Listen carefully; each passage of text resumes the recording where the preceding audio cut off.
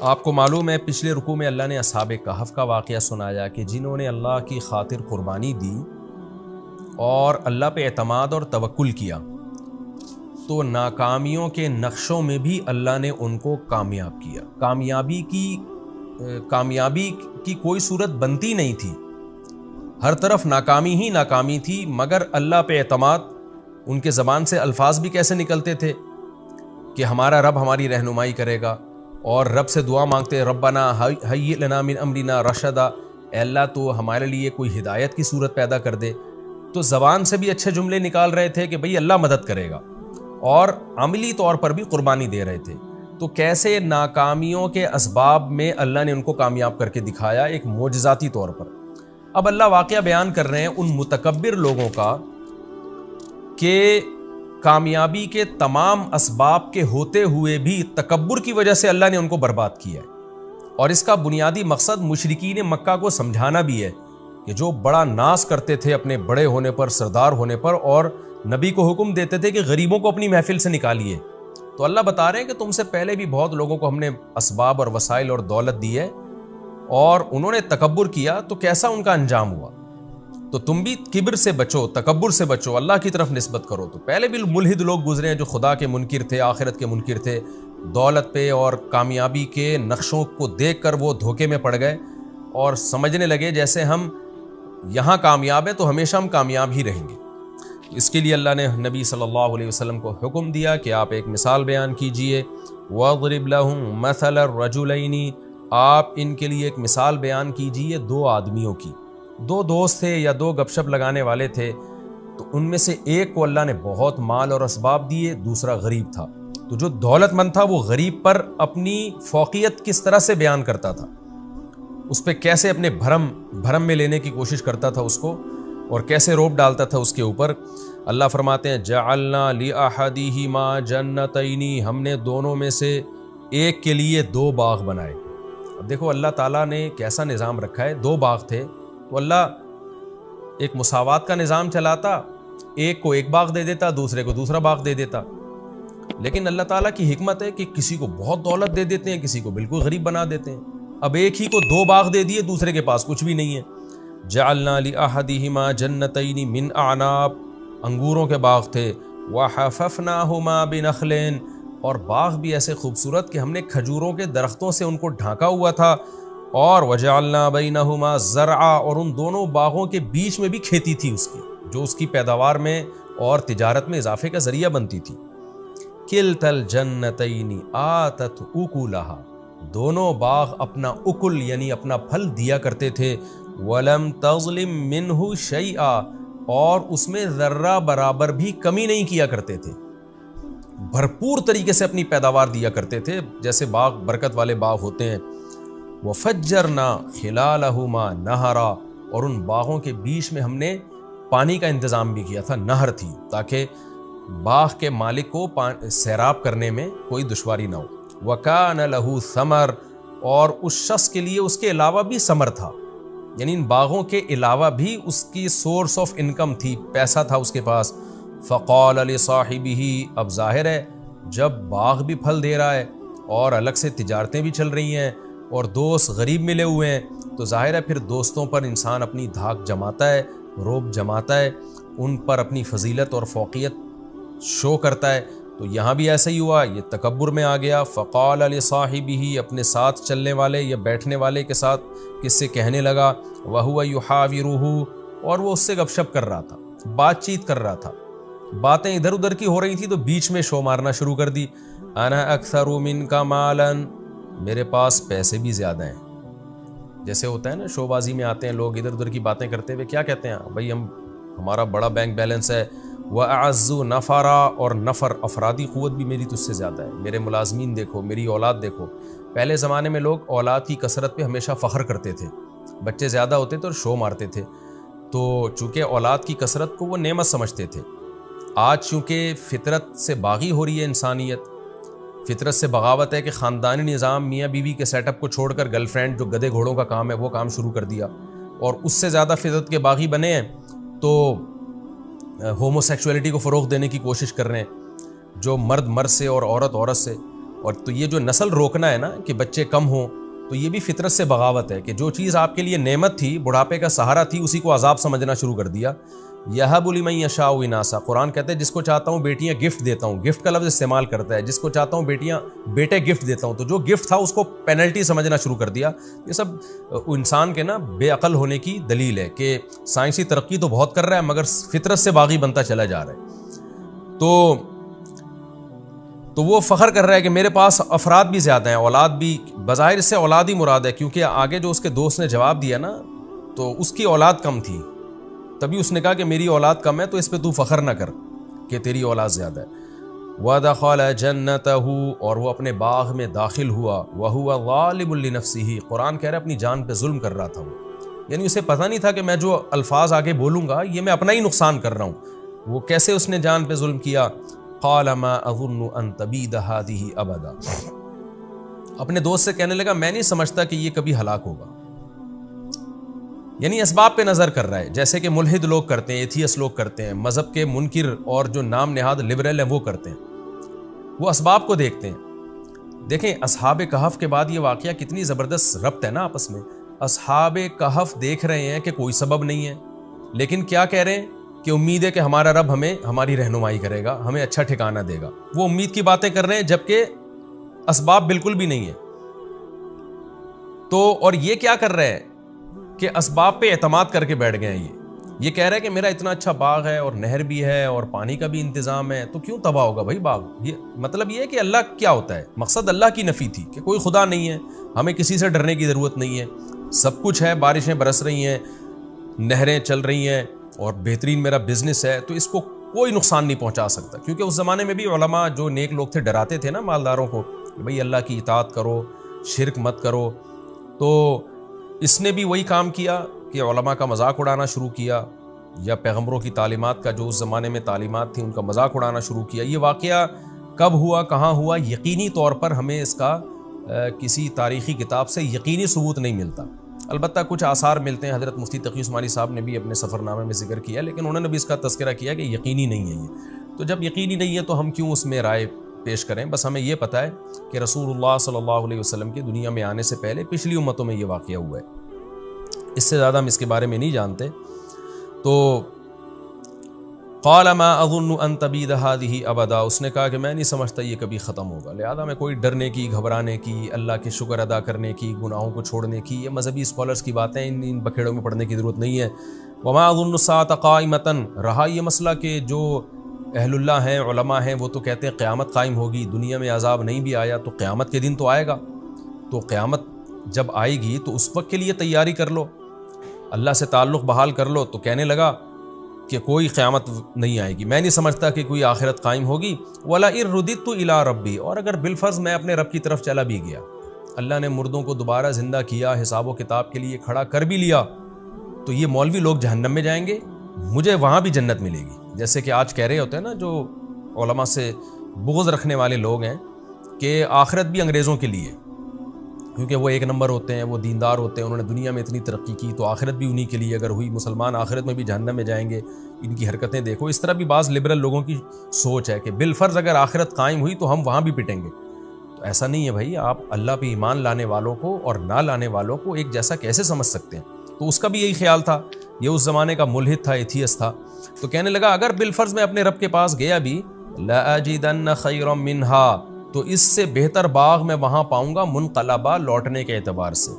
مطلب یہ کہ میری قابلیت اور اتنا کچھ میں نے اسٹرگل کی، ایمانداری کے ساتھ محنت کر کے میں یہاں تک پہنچا ہوں، تو اس کا مطلب میں ایک اچھا انسان ہوں۔ تو اگر بالفرض قیامت قائم ہو بھی گئی تو جیسے مجھے یہاں بہت کچھ ملا ہے میری محنت کی وجہ سے، تو وہاں بھی لازمی ملے گا مجھے، تو اس لیے اس کے لیے مجھے نماز روزے کی اور توحید کی اور ان سب بکھیڑے میں پڑھنے کی ضرورت نہیں ہے۔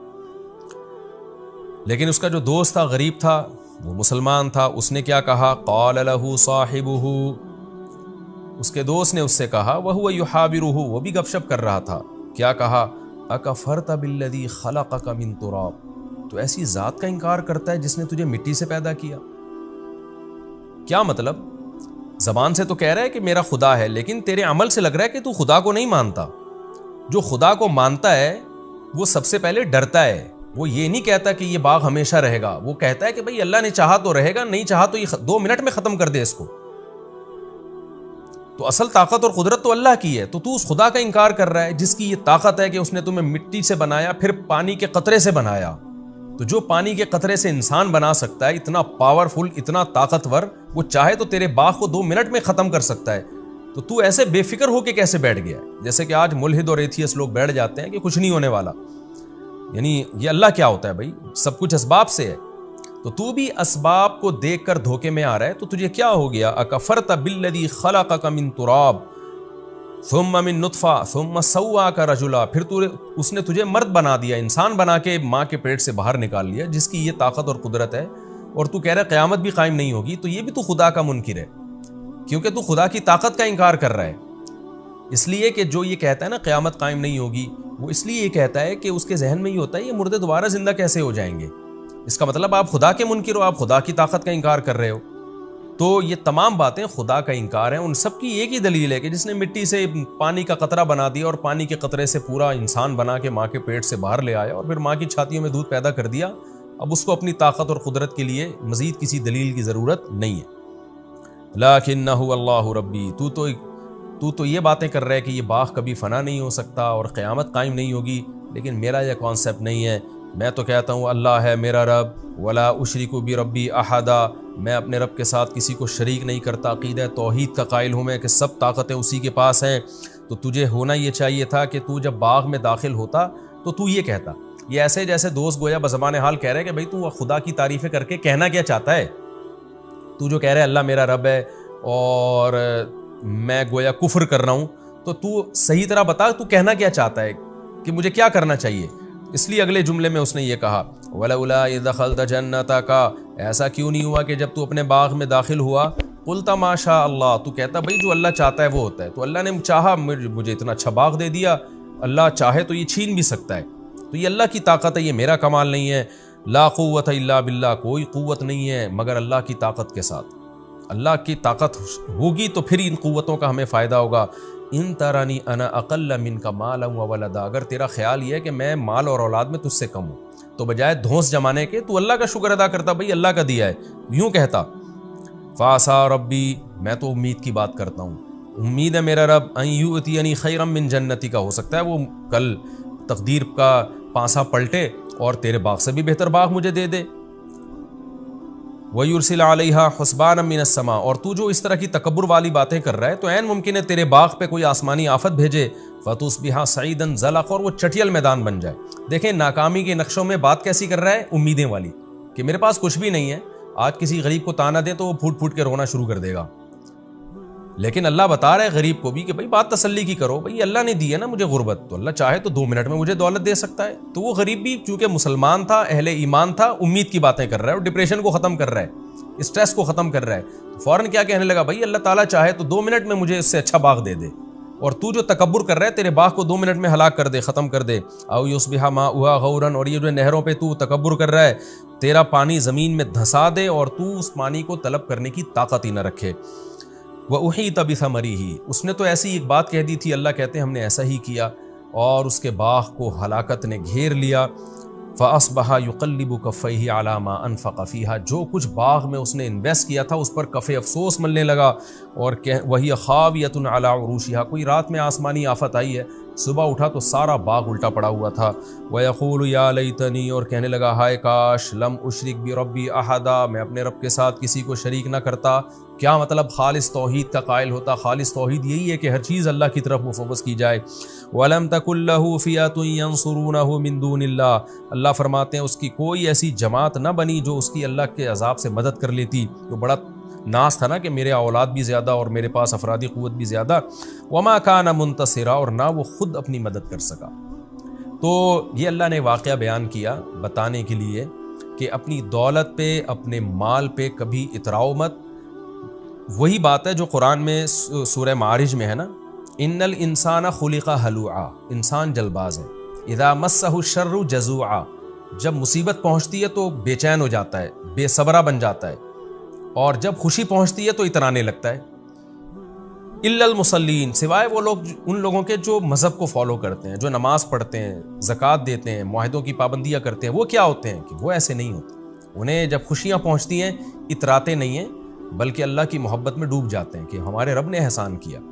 اور جب کوئی غم پہنچتا ہے تو صبر کرتے ہیں، امید کی باتیں کرتے ہیں. جو اللہ مصیبت پہنچا سکتا ہے وہ مصیبت دور بھی کر سکتا ہے. تو کتنا بہترین سبق ہمیں ان آیات میں ملا ہے. اور اس میں ملحد اور ایتھیس لوگ جو اپنی ترقی پر غیر مسلموں کی سائنسی ترقیوں پہ ناز کرتے ہیں، ان کے لیے بھی عبرت کا سامان ہے کہ آج یہ ترقی ہے، کل یہ تباہ و برباد بھی ہو سکتی ہے. ہم تو ایک بات جانتے ہیں، جس خدا نے پانی سے انسان کو بنایا یہ آٹومیٹیکلی نہیں ہو سکتا، یہ خدا کا کام ہے. اور ایسے سافٹ ویئر ماں کے پیٹ میں انسٹال کر دیے اور اس پانی کے قطرے میں انسٹال کر دیے کہ تھوڑے دنوں میں وہ ناک کان آنکھ دل دماغ جگر بن کے ماں کے پیٹ سے باہر آئے اور پھر چھاتیوں میں فوراً دودھ پیدا ہو جائے. جو خدا یہ کر سکتا ہے تو سب سے اہم ہماری نظر میں اہم یہ بات ہے کہ اس خدا سے تعلق اچھا کیا جائے، اس خدا کو راضی کیا جائے. پھر اگر دنیا میں ناکامی بھی ہے تو یہ ناکامی وقتی ناکامی ہے، یہ حقیقی ناکامی نہیں ہے. اور اس خدا کو ناراض کر کے اگر آپ نے دنیا حاصل کی ہے تو اس زیب و زینت سے قطعاً متاثر ہونے کی بالکل بھی ضرورت نہیں ہے. قرآن بار بار کہتا ہے اللہ کا انکار کرنے والوں کا زمین میں چلنا پھرنا اور لائف کو انجوائے کرنا، اس سے ہرگز دھوکے میں مت آؤ. تو یہ ہمیں اس سے بہت اہم سبق ملتا ہے. اور دونوں واقعات جو اللہ نے ایک ساتھ بیان کر دیے نا، اصحاب کہف کا بھی اور یہ اصحاب باغ کا بھی، تو اس سے ڈپریشن بھی ختم ہوتی ہے انسان کی. کہ آپ ناکامی نظر آ رہی ہے ہر طرف، تو بھائی اللہ تو ہے نا، اللہ سب کچھ کر سکتا ہے. تو جو اللہ تعالیٰ نے ہمیں ڈپریشن اور اسٹریس دور کرنے کے طریقے بیان کیے ہیں نا، وہ آج کسی ماہر نفسیات کے پاس نہیں. ہنالک الولایۃ للہ الحق، میرا خیال لفظی ترجمے میں نے شاید یہ والی آیت چھوڑ دی تھی، تو خیر اب کمپلیٹ کر لیتا ہوں. ہنالک کا مطلب ہوتا ہے یہاں، یعنی اس موقع پہ. ولایا مدد کو کہتے ہیں. للہ الحق، اس اللہ کے لیے جو برحق ہے. یعنی ایسے موقع پہ جب اس طرح کی کوئی قدرتی آفت آئے تو مدد اس اللہ ہی کے لیے ہے جو برحق ہے، وہی مدد کر سکتا ہے اگر کرنا چاہے تو. ہوا خیر ثوابا، وہ اللہ بہتر ہے بدلے کے اعتبار سے بھی. وہ خیر عقبا، اور بہتر ہے انجام کے اعتبار سے بھی. یعنی اس اللہ کا بدلہ اور جو رزلٹ ہے اللہ سے دوستی کا وہ بہرحال بہتر ہے. جو اللہ انجام بھی اچھا کرے گا اور ثواب بھی، بدلہ بھی دنیا کے لحاظ سے بہت اچھا دیتا ہے. تو کیا مطلب کہ یہ جو باغ ہلاک ہو گیا اس شخص کا، تو ایسے موقع پہ مدد بھی اللہ کر سکتا ہے. اور اللہ کو راضی کرو گے تو انجام بھی اچھا ہوگا اور ثواب بھی اچھا ملے گا. تو چونکہ اس شخص نے اللہ کو راضی نہیں کیا تو اب انجام بھی اچھا نہیں ہے اور حال بھی اچھا نہیں ہے. اللہ نے کیسے باغ کو تباہ و برباد کر دیا. یہ ہمارا رکوع الحمدللہ کمپلیٹ ہو گیا. اس رکوع میں جو ہمیں اسباق ملتے ہیں، ایک تو یہی سبق ملتا ہے کہ تکبر نہیں کرنا چاہیے. دوسری بات یہ جو ایتھیس لوگ دھوکے میں آتے ہیں نا، اس زمین کو دیکھ کر، حالات کو دیکھ کر کہ قبروں سے مردہ کیسے زندہ ہوں گے، حقیقت میں ایک بہت بڑی بھول ان سے ہو رہی ہوتی ہے. اکفرت بالذی خلقک من تراب. جب بھی کوئی ایتھیس ایسی باتیں کیا کرے نا، ملحد لوگ، کہ یہ سب مذہبی باتیں غلط ہیں، کوئی فرشتے نہیں ہیں، کوئی پیغمبر نہیں ہے، کوئی دوبارہ موت کے بعد زندگی نہیں ہے، تو فوراً یہ کہا کریں اکفرت بالذی خلقک من تراب، کہ جس خدا نے آپ کو مٹی سے بنایا، پھر پانی کے قطرے سے بنا دیا، پھر انسان بنا کے ماں کے پیٹ سے باہر نکال لیا، یہ کتنی بڑی قدرت ہے. یہ عمل تو چونکہ ہم صبح شام دیکھ رہے ہیں نا، اس لیے ہمارے لیے یہ ہم اس کے یوز ٹو ہو چکے ہیں اور یہ ہمیں اچھمبے کی چیز نہیں لگتی. ورنہ اسی کو ساری زندگی انسان غور کرتا رہے نا تو عقل میں نہ آئے یہ بات. یہ خدا کا کام ہے یہ. تو ایسے اس کے بعد بھی یہ کہنا کہ مردے دوبارہ زندہ نہیں کر سکتا وہ خدا اور حساب و کتاب نہیں لے سکتا، یہ خدا کا انکار ہے. یہ آیت بہت موٹیویٹ کرتی ہے انسان کو. اکفرت بالذی خلقک من تراب ثم من نطفہ. باقی اس رکوع سے یہ جو ہمیں پتہ چلتا ہے کہ اس شخص نے جب اس کا باغ تباہ و برباد ہو گیا تو کف افسوس ملنے لگا اور کہنے لگا کہ کاش میں اپنے رب کے ساتھ کسی کو شریک نہ کرتا. تو کیا اس سے ہم یہ سمجھیں کہ اس نے اسلام قبول کر لیا، عقیدہ توحید کو مان لیا، یا ہم یہ سمجھیں کہ نہیں وہ کفر پر ہی مرا؟ تو ہمیں قرآن و سنت میں اس بارے میں کچھ نہیں ملتا. البتہ کسی کے صرف یہ الفاظ کہ اس کو یہ افسوس ہوا کہ میں نے ایسے الفاظ کیوں کہے، یہ توبہ کی علامت نہیں ہوتی. اس لیے کہ بعض دفعہ برے عمل پہ انسان کو ندامت تو ہوتی ہے مگر وہ توبہ نہیں کرتا. تو جبکہ گناہ کی معافی کے لیے باقاعدہ توبہ کرنا ضروری ہے. یعنی انسان توبہ کرے کہ میں اب آئندہ سے عقیدہ توحید کا قائل ہوں گا اور آئندہ سے میں یہ سمجھوں گا کہ جو مجھے مال اور اسباب ملے وہ اللہ نے دیے ہیں، اور پھر اپنے عمل کو درست کر لے. وہ تو جب تک یہ چیز نہیں ہوتی اس وقت تک توبہ قبول نہیں ہوتی انسان کی. کیونکہ بعض دفعہ کافر، قرآن تو کہہ رہا نا وَجَاهَدُوا بِهَا وَاسْتَيْقَنَتْهَا أَنفُسُهُمْ، فرعون کو پتا تھا موسیٰ علیہ السلام اللہ کے سچے نبی ہیں، لیکن اسلام میں داخل نہیں ہوا پراپر طریقے سے. تو کسی غیر مسلم کا اپنے آپ کو غلط سمجھنا یہ کافی نہیں ہے. مثال کے طور پر کوئی ہندو یہ سمجھتا ہے کہ بت پرستی غلط ہے، تو اس سے وہ مسلمان نہیں ہو جائے گا، مشرک ہی کہلائے گا جب تک کہ عملی طور پر اس بت پرستی کو چھوڑ نہیں دیتا، اعلان برات نہیں کر دیتا وہ. تو یہاں بھی ایسا ہی ہے کہ اب ہمیں نہیں پتا اس نے توبہ کی یا نہیں کی، کر لی تو اللہ معاف کر دے گا اس کو آخرت میں، اور چاہیں گے تو اللہ دوبارہ دنیا میں بھی باغ دے سکتے ہیں، چاہیں تو نہیں دیں، وہ پھر اللہ کی مرضی ہے. لیکن ہمیں یہ بہرحال پتہ چلتا ہے کہ پہلے زمانے کے کافر لوگوں کو بھی بہرحال احساس ہو جایا کرتا تھا. جب باغ تباہ ہو گیا نا تو اس کو احساس ہوا کہ میں نے غلط کیا. لیکن آج لوگوں کے دل اتنے سخت ہو چکے ہیں کہ آسمانی آفتیں اور عذاب دیکھ کر بھی عبرت حاصل نہیں ہوتی، اور اپنی غلطیوں پر ندامت کے لیے بھی تیار نہیں ہوتے. یہ بھی ایک بہت اہم بات ہے، اس سے بھی ہمیں ڈرنا چاہیے.